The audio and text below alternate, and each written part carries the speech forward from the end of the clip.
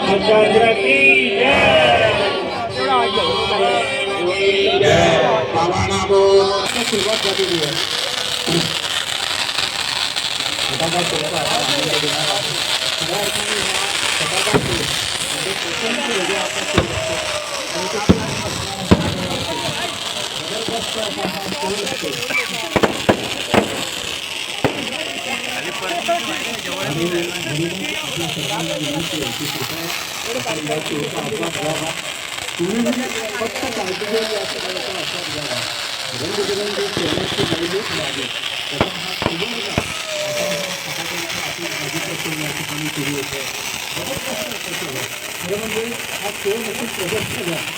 प्रदर्शन म्हणजे की शो असतो असं आपल्याला नेहमी वाटतं. मराठीची सुद्धा गंमत आहे.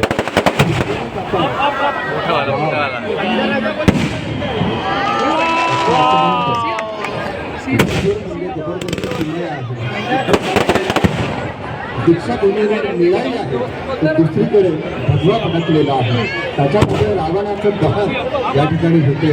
ही फार महत्वाची जबरदस्त घटना आहे. या निमित्ताने रावणाचं लख लख चांदण्यांचा आवाज या ठिकाणी येतो. मला असं वाटतं की टक टक चांदण्यांचा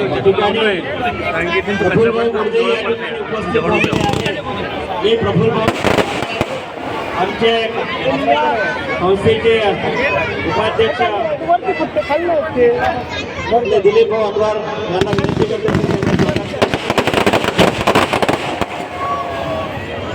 प्रफुल्ल भाऊ गुडदे,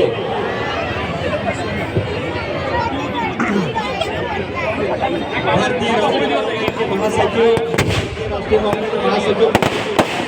त्यांचंही या ठिकाणी आगमन झालेला. फटाक्यांची सुंदर या ठिकाणी सुरू आहे. पोटामागे एक फटाका हा वर जातो. जबरदस्त झालर त्यांनी आकाशाला गवसणी घालण्यात आणि म्हणूनच हा संपूर्ण विषय जगाच्या पाठीवर कुठे हे सांगता येत नाहीये. आणि म्हणूनच मला असं वाटतं की वर म्हणजे तुमचा आमचा चंदा मामा सुद्धा वर बघतोय. लहान मुलांना तो चंद्रमा दाखवा आणि फटाका सर्वजण जातो म्हणजे ज्या पद्धतीने आता राजकीय बॉम्ब फुटतात आहे त्या पद्धतीने हे फटाके सुद्धा फुटायला मागे पुढे बघत नाही. म्हणजे फटाके मागे आणि राजकीय मागे अशी ही लकेर फुलांची लकेर या ठिकाणी आलेली आहे. खरं म्हणजे लागेल की चंद्र आहे साक्षीला, हा चंद्र साक्षीला फटाक्यांच्या आतिषबाजीसाठी सहकार्याचा खूप सुंदर असा चंद्र आहे. आणि म्हणूनच असं म्हटलं जातं की चांदण्याचं फुलचांद सुंदर सुंदर चांदण्यावर दिसतं. चांदण्यावर असं सुंदर असं आपण कधी बघितला नाही असं मेळ. हे सगळे बघताना आपल्या पर्सकडे आणि सोन्याच्या दागिन्यांकडे लक्ष नक्कीच ठेवा, ते विसरू नका. आणि म्हणून या सुवर्ण अशा क्षणाला आजचा दसरा उत्सव आणि या दसरा उत्सवाला दोन रंग म्हणजे हिरवा आणि निळा भगवा रंग असा आता सुंदर चांदण्या पडल्या असं आपल्याला वाटतं. आपण काय करतो, तारा तुटला की काहीतरी मनात मागतो आणि ती इच्छा पूर्ण होते असं आपण म्हणतो. कुणीतरी तुटल्यावर आपली इच्छा कशी पूर्ण होईल हा नक्कीच प्रश्न आहे. आणि म्हणूनच या सगळ्या पलीकडे टप चांदण्यांचा आवाज, चांदण्यांचा कधी आवाज येतो का हा प्रश्न आहे. आणि म्हणूनच टप टप चांदण्यांचा आवाज कधी कसा येणार या सगळ्यांचं कधीकडे कल्पना आहे. आणि ती रंगांची उधळण आहे. वाव, शुद्ध व्यवस्थित आणि जबरदस्त फटाक्यांच्या आतिषबाजीने आज आसमंत गुंजून जातोय. निळ्या आकाशही म्हणत असेल की आज नेमकं काय सुरू आहे. निळ्या आकाशही असं म्हणत असेल की महाराष्ट्रातील विधानसभेचा रिझल्ट एवढा लवकर लागला, एवढे फटाके आणि म्हणूनच कदाचित असं असू शकेल की जगण्याच्या पाठीवर हे सगळे विविध रंग माणसाला अक्षरशः अशी ही सुंदर आतिषबाजी. खरं तर हे फुलांचं झाड आहे, आनंदाचं झाड आहे. प्रत्येकाने आपल्या आयुष्यामध्ये आनंदाचं झाड जर लावता आलं त्या आनंदाच्या गाडाला मिळून आपण नक्कीच हा सुंदर आस्वाद घेऊ शकतो. म्हणजे आपल्याला विविध गाण्यांमधून असं म्हणता येईल की चंद्र आहे साक्षीदार, चांदण्याचे फिरताना किंवा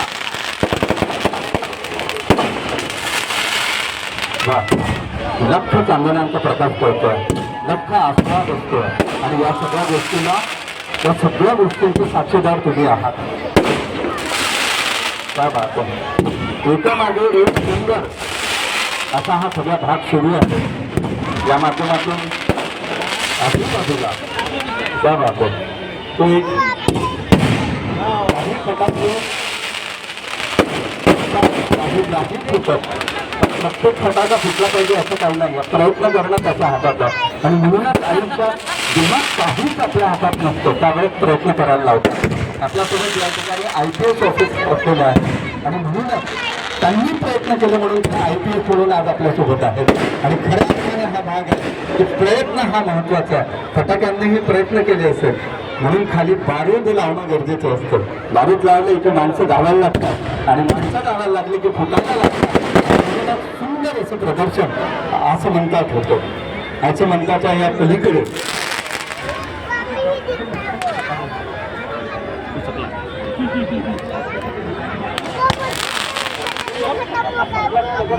फुलझडी आई आणि मुलगी हरवलेली आहे. या उभे आणि या ठिकाणी आहे.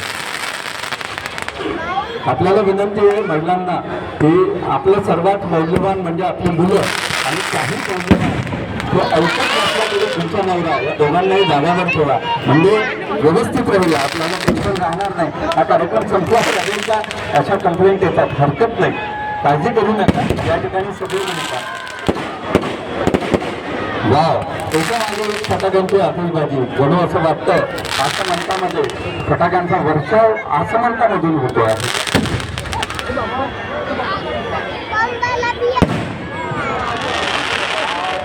श्रावणाचं धनंदिया त्याच्यानंतरचे हा फटाक्यांची आतिषबाजी जणू असं वाटतंय की दिवाळी आत्ता चालू, जणू असं वाटतंय की दिवाळी आत्ता चालू. आणि म्हणून म्हटलं जातं दिन दिन दिवाळी, गाई म्हशी दिवाळी, गाई म्हशी कुणाच्या, गाई म्हशी राम लक्ष्मणाचा. आणि असं असताना हा सुंदर फटाक्यांचा आसमन इथे बंदून द्यावा त्यापेक्षा वेगळं होता. त्या बात तिथे फुलझडी आहे आणि या फुलझडीच्या पलीकडे आसमंतामध्ये एका मागे असे सुंदर सगळ्या गोष्टी सुरू आहेत.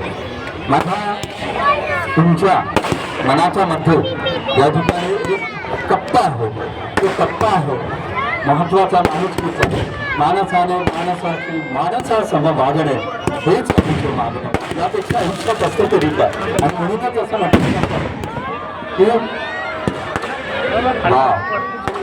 लक्ष प्रकाश पडतो. मुलांच्या 10वी आणि 12वीच्या परीक्षा असतात, त्यामध्ये लक्ष प्रकाश पडेल की नाही पडेल माहिती नाही, पण असं म्हणतात आता लक्ष प्रकाश पडलेला आहे. असो 10वी 12वीच्या विद्यार्थ्यांना शुभेच्छा आहेतच, पण हा असा लक्ष प्रकाश आताही पडो अशी अपेक्षा आपण या ठिकाणी करूया. एकामागे एक सातत्यानं आसमंत उजळून टाकावा अशी ही लयलूट आहे, ही सोन्याची लयलूट आहे. आणि म्हणूनच या सोन्याच्या लयलूटला काय म्हणावं, एकीकडे प्रचंड मोठा आशावाद, तो दुसरीकडे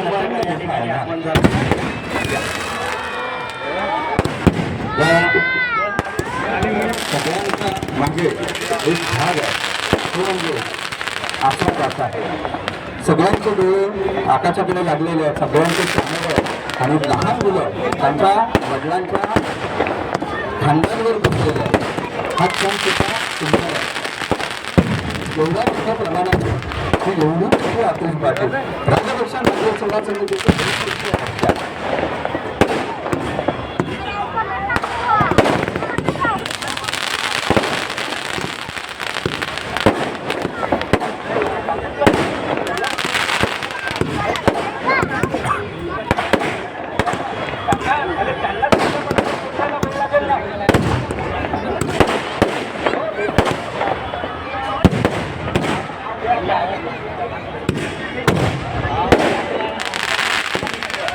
अर्चना जयस्वाल जिथे जिथे असतील त्यांनी कृपया स्टेजच्या बाजूला या ठिकाणी अर्चना जी, आप जहाँ कहीं भी हैं प्लीज इस स्टेज के मेरे दाहिने साइड में आप आ जाइए, बाएं साइड में आप आ जाइए। एक से बढ़कर एक फटाके की फटाके आते ही बाजू चल रहा है, तो मुझे लगता है कि अपने दिमाग पर ऐसा कुछ छाया हुआ है कि आपको लगता है कि आकाश में इतने सारे रंगों की बरसात है और हम पृथ्वी पर रंगों के बारे में झगड़ रहे हैं, है ना। पृथ्वी पर हम रंगों में झगड़ रहे हैं, तो इसलिए कहते हैं कि लाल और हरे में मत बांटो, लाल और हरे में मत बांटो, मेरी छत पे तिरंगा रहने दो। और इस छत पे तिरंगा रहने वाली बात भारत की है, भारत माँ की है, भारत देश की है।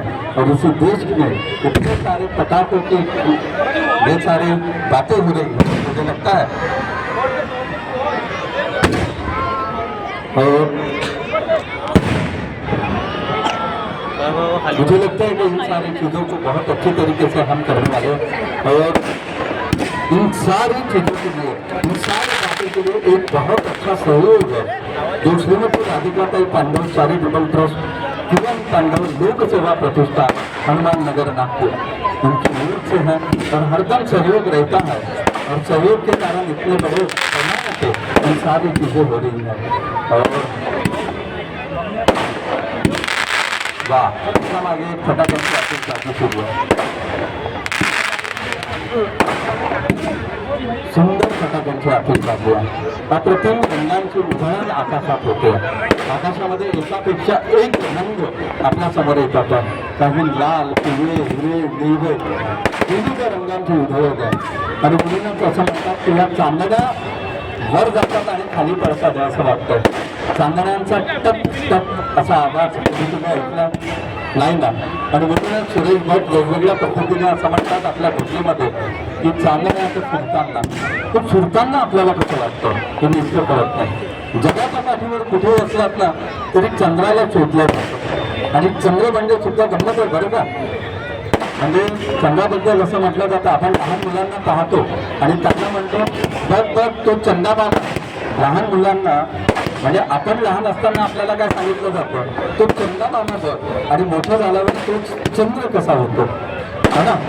बचपन में मुझे मामा नजर आते हैं और जवानी में आपको पता है क्या नजर आता है।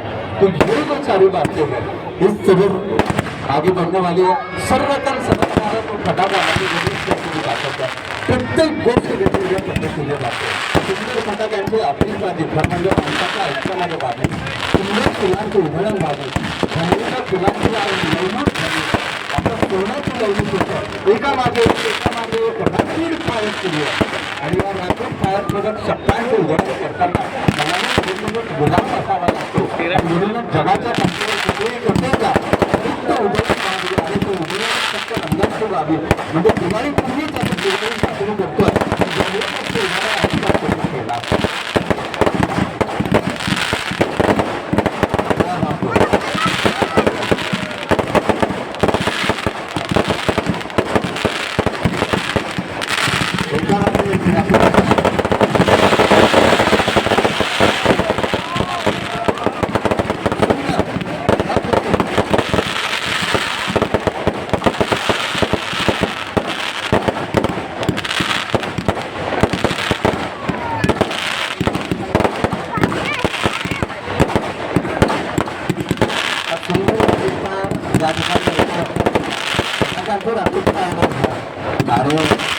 मोठ्या प्रमाणावर या सगळ्या गोष्टी सुरू आहेत। सगळ्यांच्या नजराच्या फटाक्यांकडे या ठिकाणी जवळपास 4 ते 5,000 लोक असतील। त्या सगळ्यांच्या नजरा आसमंतामध्ये कुठली फटाके फुटतात, कुठले नाही फुटत, चिंता करू नका, सगळेच फटाके फुटतात आहे। आणि म्हणूनच या सगळ्या फटाक्यांच्यामुळे आपल्या आनंदाच्या झाडाला प्रारंभाला सुरुवात होते आहे, हो ना। आणि म्हणूनच या सगळ्यांच्या पलीकडे एक गोष्ट आहे आणि ती गोष्ट म्हणजे या ठिकाणची महत्त्वाची गोष्ट, आयुष्याला कलाटणी देणारी गोष्ट ती म्हणजे अर्थातच चांदण्याचं आपण फिरायचं, आकाशात जायचं। म्हणजे चंद्राबद्दलचं आकर्षण लोक चंद्रावर गेल्यावर कमी झालं असं नाही आहे। अजूनही साहित्यामध्ये कवितांकडे आणि कवींकडे चंद्र हा महत्त्वाचा आहे। सखी म्हणून चंद्र आहे, आस्वाद चंद्र आहे, नजरेत चंद्र आहे, आयुष्य साक्षात चंद्र आहे आणि असं असं तर महत्वाची ठरते. हा क्या बात आहे. हे जे फटाके फुटतात आहे ना, या फटाके फुटण्यामागे एक स्वभाव दिसतो. हा स्वभाव असा असतो की काही फटाके हळू फुटतात, काही रॅपिड फायरने फुटतात आणि काही अल्ट्राज घेऊन फुटतात. काही लोकांना सवय असते चहा थंड करून पिण्याची, ते लोक असे हळूवार फुटतात. काही लोकांना सवय असते गरम चहा घ्यायची, ते इमिडिएट फटाफट फुटतात. आणि काही लोकांना सवय असते की चहा सोबत आला की थोड्या वेळाने लगेच प्यायला सुरुवात करायची. ते मधल्या प्रकारचे फटाके आहेत आणि हे फटाके असे आहेत की चहा थंड करून पिण्याचे फटाके आहेत. म्हणजे त्यांना एखादं संकट आलं की आपण चहा थंड करायचा, संकट थांबवायचं आणि मग अटॅक करायचा, अशा पद्धतीचा हा भाग आहे. आणि म्हणूनच अशा पद्धतीच्या सगळ्या फटाक्यांचं आपल्याला पुण्यासाठी शिकवतात, आपल्याला एक तत्वज्ञान शिकवतं. माणसाच्या आयुष्यामध्ये कुठेही जा, कसंही राहा, सारं कसं छान आहे. कुठेही जा, कसंही राहा, सारं कसं छान आहे. प्रत्येकाच्या हाती इथे बेईमानीचा गेम आहे. हा बेईमानीचा गेम इतका उलगटपणे खेळला जातो की कोण कधी कुणाला काय सांगेल आणि कोणाच्या पाठीमध्ये कोण संधी फुटसेल हे सांगता येत नाही. पण हे फटाके असं कधीच करत नाही. फुटायचे म्हणजे फुटतात आणि नाही फुटायचे म्हणजे फुटत नाही. म्हणजे माणसांपेक्षा आता फटाके फुटले असं म्हणायला हरकत नाही. माणसांपेक्षा आता फटाके फुटले असं म्हणायला हरकत नाही. आणि म्हणूनच माणसाची जातच वेगळी झालेली आहे, त्यापेक्षा फटाके बरे आहे असा कधी कधी म्हणायला भाग पाडतात. त्यांना आग लावली की फुटतात, माणसाला कितीही आग लावा. आम्ही बोललो ना पटकन फुटला.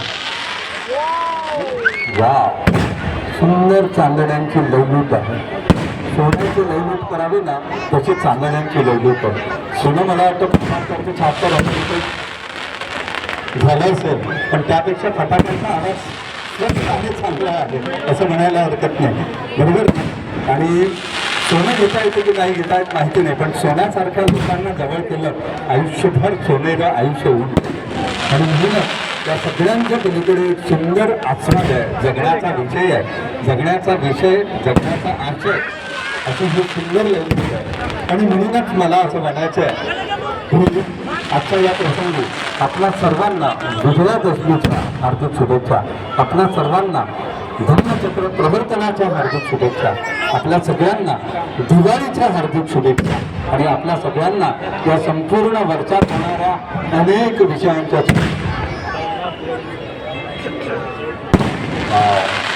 काय वाटतो.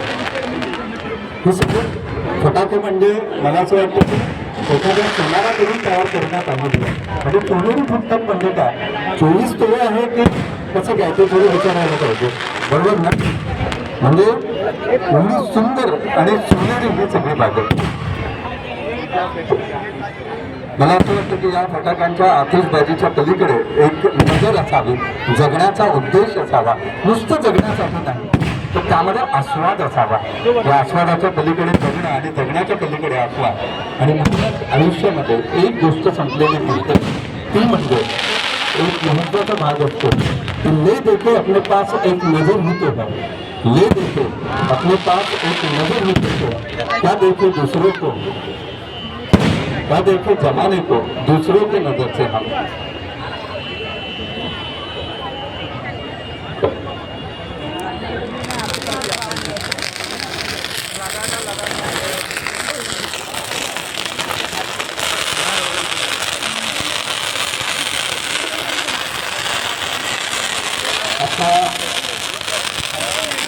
या संपूर्ण दसरा उत्सव आणि रावण दहन कार्यक्रमाला आपल्यासोबत या ठिकाणी सर्वप्रथम या ठिकाणी आलेले माजी मंत्री माननीय केदार साहेब. जय श्रीराम, जय श्रीराम, जय श्रीराम. या ठिकाणी आग लागलेली आहे, फक्त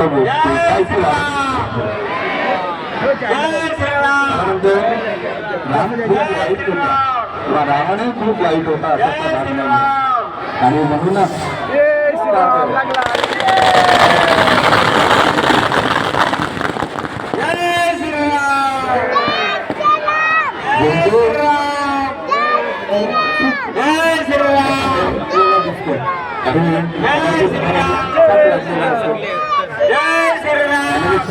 रावणाचं दहन झालेलं, रावणाला दुसरा बाण लागला, तिसरा बाण लागेल की माहीत नाही.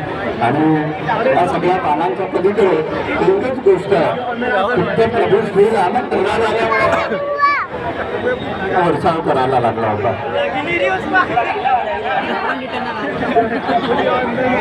मुलांना विनंती आहे, आपण मागे जा, सगळेजण मागे राहा, सगळ्यांना विनंती कदाचित पावसामुळे असू शकेल, आता 2-3 दिवस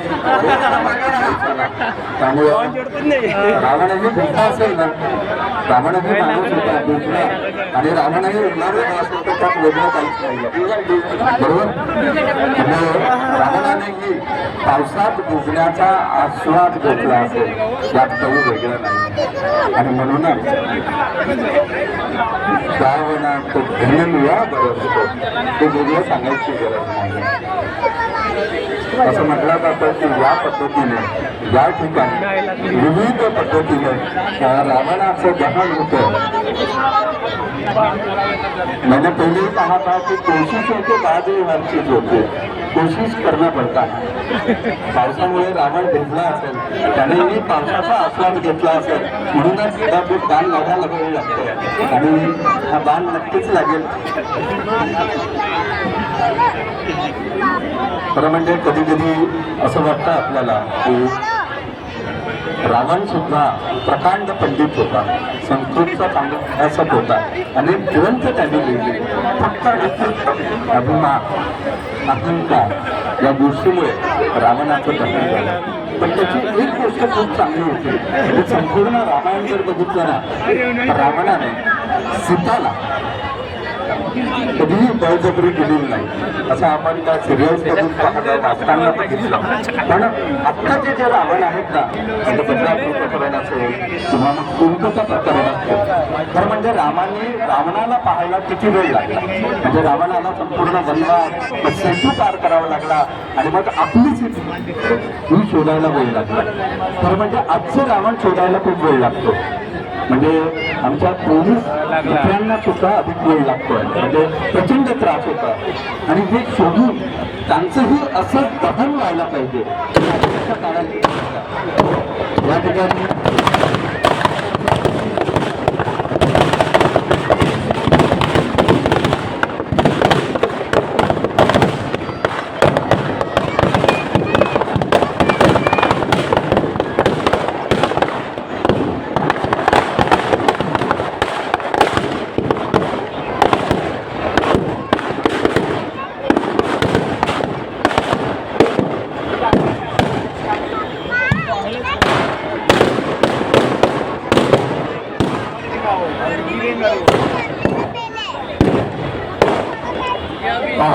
अहंकार गळायला फक्त 1 मिनिट लागतो,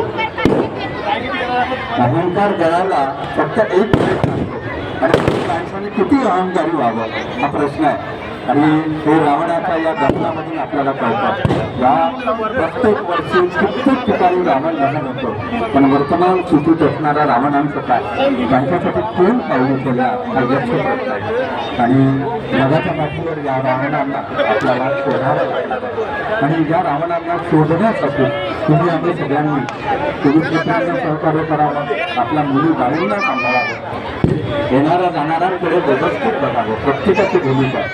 आणि यासाठीच म्हणून आपल्या सगळ्यांना विनंती आहे, कृपया अभिमान, अहंकार असा गळून पडतोय हे आपल्याला दिसले आहे. जगामध्ये कुठलीही गोष्ट अशी थांबलेली नाही, जिथे अहंकार आहे तिथे गळून पडलेलं आहे. अहंकाराचं गळून पडणं हेच रावणाचं दहन आहे. हे सत्य आहे, काल्पनिक आहे, नेमकं काय ही गोष्ट आहे, त्याचा माहितीत जाऊ नका. यातून नेमका काय बोध मिळतो ते जास्त महत्त्वाचं आहे. आणि म्हणून